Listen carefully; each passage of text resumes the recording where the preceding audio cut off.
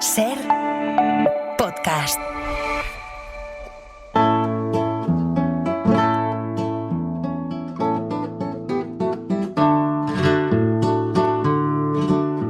Vengo a cantar el corrido del líder Trotsky exiliado, que fue en su casa agredido y brutalmente inmolado. De su país expulsado, vagó por varias naciones, por combatir opresiones, estuvo siempre amagado. Con este corrido de León Trotsky saludamos a Pep Brocal. Benvingut a la hora extra, Pep. Hola, mucho gusto. Igualmente, Pep es historietista, ilustrador, tiene varias obras publicadas. La última es Caridad del Río, verdades, medias verdades y mentiras, con Garbus Books. Hace 5 años, Pep ganó el primer premio de cómic en catalán del diari Ara con una historieta que nos aproximaba a la figura de Caridad del Río, la madre de Ramón Mercader, el español, que el 20 de agosto de 1940 le clavó un piolet a Trotsky en la cabeza, matándolo. ¿Por qué te interesó este personaje en un primer momento, Pep? ¿Cuándo decides que aquellas, creo que 14 páginas tienen que tener su propia publicación en este libro de casi 130? Sí, lo primero que me llevó a Caridad del Río era que buscaba biografías interesantes de mujeres, y realmente esta es una mujer excepcional, poliédrica, que da mucho juego. Y luego, diríamos, una vez participé en el premio del diario Ara, Montserrat Terrones de Garbus me invitó a llevarlo a Historia Larga, y ahí es cuando pues hice una inmersión aún más profunda en el personaje, documentación, etcétera. Uh-huh. Biografías de mujeres. ¿La historia de Caridad ha sido olvidada, no suficientemente reconocida o quizá tergiversada por ser mujer, por su ideología comunista tan exacerbada, o quizá porque ella misma se encargó un poco de quedar en la sombra? Sí, ella se encargó de eso y también de exagerar su propia leyenda, porque muchas de las cosas que contaba ella misma pues no eran del todo ciertas, ¿no? Es cierto que es un personaje que de alguna manera se crea una máscara con la que puede distraer mientras ella va haciendo su trabajo, ¿no? Que es entre bambalinas, diríamos, el trabajo a favor del comunismo, y por eso realiza una serie de operaciones de espionaje por todo el mundo que de hecho no hay documentación, yo no la he sabido encontrar. ¿Y cómo te has documentado para escribir la historia? ¿Qué has leído? ¿Qué has visto? ¿Con quién has hablado? Creo que mencionas a George Orwell, ese homenaje a Cataluña, sí. El cielo prometido de Gregorio Luri. Sí, Gregorio Luri, la verdad, con su libro es para mí el referente principal para ahondar y llegar a pergeñar este cómic, que en realidad realmente podía alargarse unas 400 páginas, porque hay tema. Pero el cómic también permite una serie de elipsis y sobre todo una serie de licencias, que en mi caso me las he tomado, algunas de modo consciente y otras pues sin saberlo, ¿no? Pero licencias dramáticas, porque en definitiva estás contando una historia. Uh-huh. Gregorio Luri, que firma el prólogo, la define en El cielo prometido como una mujer de fuerte personalidad, irascible, voluble, apasionada, generosa, culta, con un sentido del humor poco común. ¿Cómo la definirías tú? Y no sé si ha cambiado tu visión de ella después de bucear en su historia. Sí, yo la definiría como una mujer poliédrica, así de entrada, porque realmente tiene muchas facetas, que tiene un componente rebelde que ya le viene de fábrica. Era una niña que no se conformó con llevar, por ejemplo, de entrada una vida religiosa. Tuvo sus arrebatos místicos, pero luego lo abandonó por los caballos. Y a medida que iba sumando años, pues iba sumando pasiones, ¿no? En realidad, el personaje evoluciona tanto a lo largo de los años y hasta su vejez que si fuera un personaje de ficción sería ideal. Sí, total. Ha sido complicado desmontar mitos, sobre todo los que primero escribieron de ella, los militantes del POUM en México. Sí, porque claro, se la sitúa, o sea, los pumistas la situaron enseguida detrás de la operación que acaba con el asesinato de Trotsky a través del hijo, ¿no? Pero en realidad todo es mucho más complejo. O sea, y más cuando vas informándote, leyendo libros, o sea, realmente al final acabas relativizando bastante los hechos, ¿no? Y viendo que todo es muy complejo. Y que aunque ella podía haber tenido una influencia decisiva en su hijo, yo creo que nunca le dijo tienes que matar a Trotsky, a su propio hijo. Igual tampoco, una vez tomada esa decisión, tampoco le dijo nunca no lo hagas, Ramón. Ya. Vamos a empezar por el principio. La historia comienza con Caridad siendo interrogada por los servicios secretos de la Unión Soviética en Moscú, por el NKVD en 1949. A partir de ahí empezamos a recordar su historia. De madre cubana y padre cántabro, ¿cómo fue su infancia en esta familia acaudalada y cómo le marcó también la educación que ella recibió a su personalidad y a cómo educó después a sus hijos?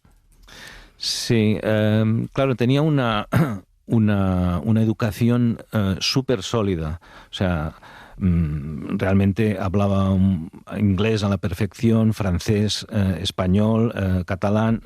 O sea, tenía una formación de base muy estricta.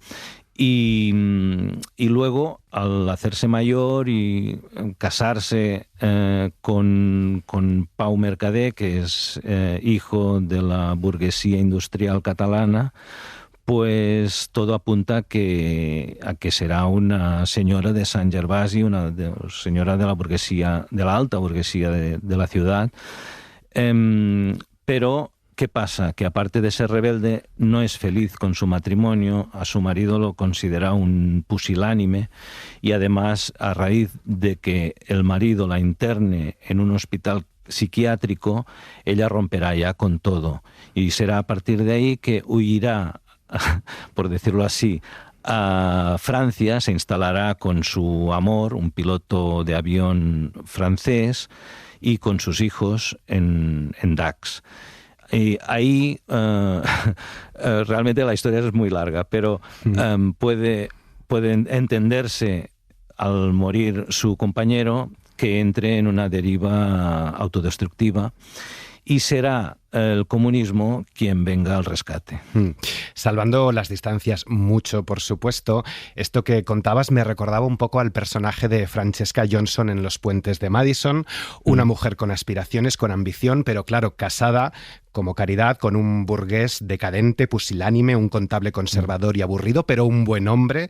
Llega un piloto francés, a lo Clint Eastwood, y ella vive una aventura con él, pero son varios los hombres que se cruzan en su camino a lo largo de la historia.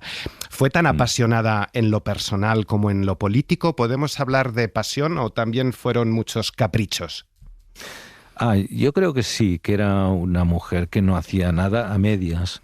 O sea, a raíz de lo que vas viendo, ¿no?, con la documentación y con las historias de la gente que la conoció, etcétera, no basta solo con lo que ella contaba de sí misma, sino con todo lo que vas recabando de aquí y de allí, ¿no?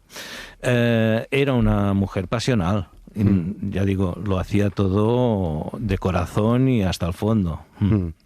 Comenzó siendo una devota católica con arranques de misticismo, como decías, y en realidad ese cristianismo original y verdadero, ese catolicismo, está muy ligado o no está muy lejos del comunismo. Jesús era un comunista al fin y al cabo.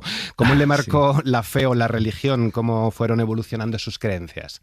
Claro, al mismo tiempo que era una mujer pasional, era alguien de convicciones, plenas convicciones, ¿no? O sea, cuando abraza a Jesús, pues lo hace completamente, y cuando abraza a Stalin, pues también.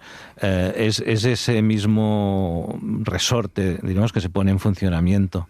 Lo interesante es que a lo largo del tiempo pues va cambiando de pasiones, ¿no? Y la leyenda, diremos, yo tampoco quiero ponerme ahí muy serio, pero la leyenda habla de que realmente era una devoradora de hombres.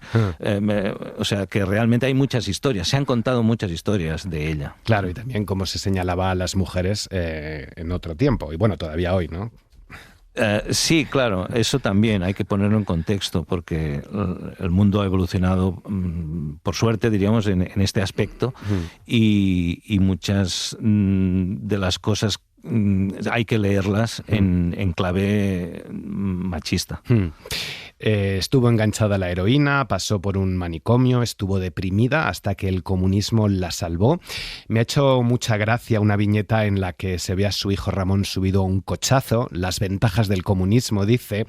Me hace gracia otra en la que también se dice que para llevar la felicidad al pueblo habría que hacerle infeliz si es necesario.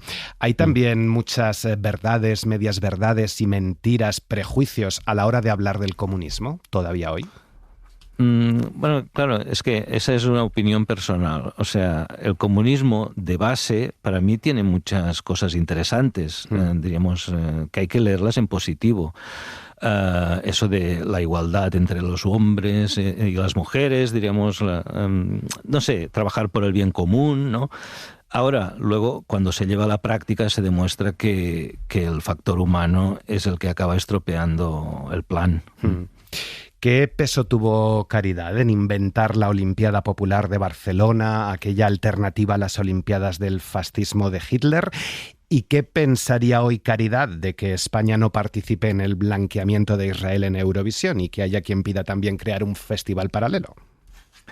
Bueno, lo que pensaría es difícil de saber, pero en realidad, ya digo, todo lo que hacía, lo hacía en clave stalinista, se puede decir, porque, a ver, aunque hay que relativizar las palabras del PUM, pero era, en cierta medida, era una fanática. Si no, no se explican muchas de las cosas que hizo y que acabó haciendo, ¿no?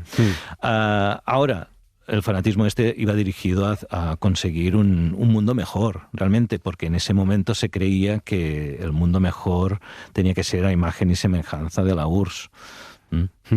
Hubo una columna en la Guerra Civil llamada la columna Caridad Mercader. ¿Cuál fue su papel tras el golpe de Estado? Caridad Mercader, o sea, ella en el momento sabe que tiene que implicarse con cuerpo y mente, diríamos, a todas, porque hay que defender la República, y es urgente, diríamos, hacerlo. Ella coge la escopeta, sale a las Ramblas, como muchos otros vecinos, diríamos, y está ahí. Hay una revista francesa que le hace un reportaje in situ, ¿no? Montando una barricada con adoquines, y ella tendrá un papel también en la detención del general Godet, que es el que viene a hacerse cargo de Cataluña para que triunfe ahí la rebelión. O sea, ella está en primera línea, y cuando organiza en parte ella la columna Trueba del Barrio, que parte hacia Aragón, pues se le dará el nombre popular de columna Caridad Mercader. Es cierto que yo creo que ahí, al jugarse la vida hasta tal punto que está a punto de morir, pues comprende que hay que luchar de otra manera por el comunismo. No fue un modelo de ternura materna, pero sí una madre estricta y exigente, una madre calculadora, fría y fanática que no habría tenido inconveniente en sacrificar a su propio hijo a la causa de Stalin, leo más adelante. Era una manipuladora, instigase o no el asesinato, o quisiera o no que su hijo se implicara. Bueno, esa es una de las grandes preguntas, o la gran pregunta, pero pero en realidad yo creo que sí que tiene una influencia decisiva en el hijo, y eso es casi una opinión personal, pero pienso que sin que ella le dijera a su hijo: Ramón, tienes que matar a Trotsky, que eso no lo creo, una vez tomada la decisión, creo que tampoco le dijo: Ramón, no lo hagas. Y entonces ella tuvo siempre una ascendencia muy grande sobre sus hijos, porque tenía esa personalidad tan fuerte, tan voluble, tan irascible, también tan generosa, tan vital, ¿no? Que los hijos pues se veían un poco poca cosa a su lado y querían estar a la altura. Y en este caso creo que hay un componente psicológico. Ya digo, es una opinión personal, pero que es decisiva en el caso de Ramón. ¿En qué se parecían y en qué se diferencian la pasionaria Dolores Ibarruri de Caridad, la pasionaria de Cataluña? Pues que la pasionaria trabajaba a ojos vista, diríamos, no se escondía, ¿no? Trabajaba por el comunismo a cara descubierta, y Caridad lo hacía, pero desde detrás, diríamos. Por eso falta documentación de todas esas operaciones que, sin embargo, sí que realizó en Turquía, en los países escandinavos, en Hungría, en Bélgica, etcétera, y por todo el mundo, incluso en España. ¿Cómo has construido esos diálogos, esos textos de gente que ya no vive, claro, y que no viviría cuando empezaste a trabajar en su figura? Bueno, con mucha documentación, informándome. Realmente hay una gran parte de verdad en los diálogos, en las palabras que se usan en el cómic, pero al mismo tiempo, como digo, hay ciertas licencias que es obligado tomarse a la hora de que el hilo de la narración fluya, ¿no? Entonces hay un poco de todo. Teresa Pàmies, escritora, periodista y activista militante del PSUC, la define en tu libro como impresionante, alta, con esa fuerte dentadura, la melena blanca y alborotada, tan distinguida y sobre todo muy vital y con gran capacidad de entusiasmo. ¿Cómo ha sido el dibujar su retrato? ¿Cómo te has enfrentado a su construcción? Hombre, es un reto, es un placer también, es algo, diríamos, muy interesante, ¿no? Cuando tienes un personaje que, como digo, si fuera de ficción sería perfecto, pero es que da la casualidad de que es real. Con lo cual es un gran caramelo, ¿no? Yo creo que da aún mucho juego incluso para llevarlo al cine, yo qué sé. O sea, se pueden contar aún esta misma historia de múltiples maneras. Hay algo que me ha llamado la atención. En el Diari Ara he visto algunas viñetas con las que ganaste el premio. Me da la sensación, igual estoy equivocado, de que los colores eran distintos, como más vivos, y además he visto una viñeta con el piolet clavado en la cabeza de Trotsky. Sí. He visto otra en cómo se agarra Trotsky a la solapa de Ramón y le grita. ¿Por qué estas dos imágenes tan explícitas no están en esta edición de Garbus? Sí, bueno, primero porque ya están en la otra, pero en realidad sí que quería contenerme a la hora de darle relevancia al hijo, porque lo que quería era contar y centrarme en la historia de la madre, ¿vale? De Caridad. Y muchas veces, además, algo que queda implícito no hace falta mostrarlo. Incluso, diríamos, puede ser un error mostrarlo, depende de cómo sea la historia, no digo en este caso. Pero bueno, son esas estrategias. O sea, tú como dibujante de cómic, como autor de cómic, decides, ¿no?, qué muestras y qué no, y cómo lo haces y en qué momento. Haces todo, de hecho, haces todo el montaje. ¿Y cómo has trabajado la paleta de colores? No sé si son menos vivos que aquellas primeras viñetas. En cualquier caso, el color cambia, ¿no?, de ese interrogatorio del principio y del final a cuando recordamos su vida. ¿Qué aporta esa paleta de colores a la narración? Sí, claro, me centro, o sea, una cosa es el momento de, diríamos, la fabulación que hago con el interrogatorio que le hacen los soviéticos, que tiene tonos negro, amarillo y azul, y quiero diferenciarlo de todo el corpus, ¿no?, de toda la tripa en la que se muestran los hechos, la propia biografía, y lo tiño de un tono sepia para ayudar a entrar en la atmósfera, ¿no? Y en realidad, bueno, lo voy puntuando con rojo, con algún otro color, pero quería que tuviera todo una pátina, ¿no? Histórica, diríamos. Yo qué sé, son esas cosas que tienes a mano, que es trabajar con el color, darle un sentido narrativo y también expresivo. ¿Cuánta información falta por aparecer para desvelar esas verdades, medias verdades y mentiras? Pues falta mucha, sí, porque digamos, a mí me falta mucha, pero yo creo que hay documentos, papeles, cartas que igual pueden ir apareciendo con el tiempo, o no. Yo creo que sí, que el personaje dio para mucho y que tarde o temprano aparecerá mucha más documentación. Lo ideal sería que apareciera pues una autobiografía de Ramón Mercader donde contara más cosas, pero eso ya... Decías al principio que esta historia podría haber tenido 400 páginas. ¿Ha sido difícil condensarla en tan solo 130? Sí, claro, ha sido complicado, pero nada es fácil en esta vida, ¿no? O sea, hay que hacer un equilibrio siempre con la información que tienes y el espacio del que dispones, y realmente he dejado fuera muchísimas cosas.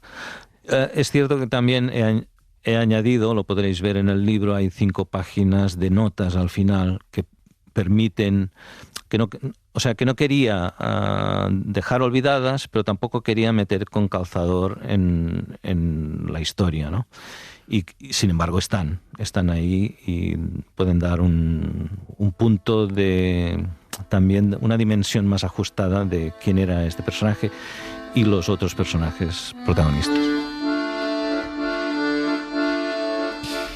Entre esas notas, descubrimientos, detalles y curiosidades que no aparecen en el cómic, pero que dejas apuntados efectivamente al final, hay una que me llama la atención. ¿Es cierto que Pau Casals tuvo que interrumpir a la orquesta para pedirle a Caridad que se callara? Sí, claro. Esas anécdotas son ciertas, sí. Esto te da para escribir, desde luego, que otra novela. Bueno, es que el problema justamente era poner el freno y saber hasta dónde me paro, diríamos. Ahí está el problema con una vida de este calibre. Caridad muere el 28 de octubre del 75 con 82 años, 24 días antes de que muriera Franco, lo cual le tuvo que dar mucha rabia. De estar viva hoy, Pep, ¿esta sería una biografía autorizada o no autorizada? Bueno, claro, uno de los referentes básicos que he tenido para hacer este libro, que es Gregorio Luri, con el libro El cielo prometido, escribe el prólogo y ahí explica cómo probablemente si Caridad supiera que se va a convertir en heroína de cómic, lo que haría es no poder aguantarse la risa, que tenía una risa contundente y espectacular. Pues yo qué sé, me quedo con eso. No con que te hubiera denunciado. No, una denuncia, mira, aún se puede asumir. Otras acciones más oscuras, espero que no. Pues con David Uclés tocando el acordeón te despedimos, porque a Caridad, de la música, lo único que le gustaba era el acordeón. Leemos también en Caridad del Río verdades, medias verdades y mentiras. Pep Brocal, pero qué frío hace en la patria del comunismo. Gracias por haber estado en La Hora Extra. Gracias a ti. Para no perderte ningún episodio, síguenos en la aplicación o la web de la SER, Podium Podcast o tu plataforma de audio favorita.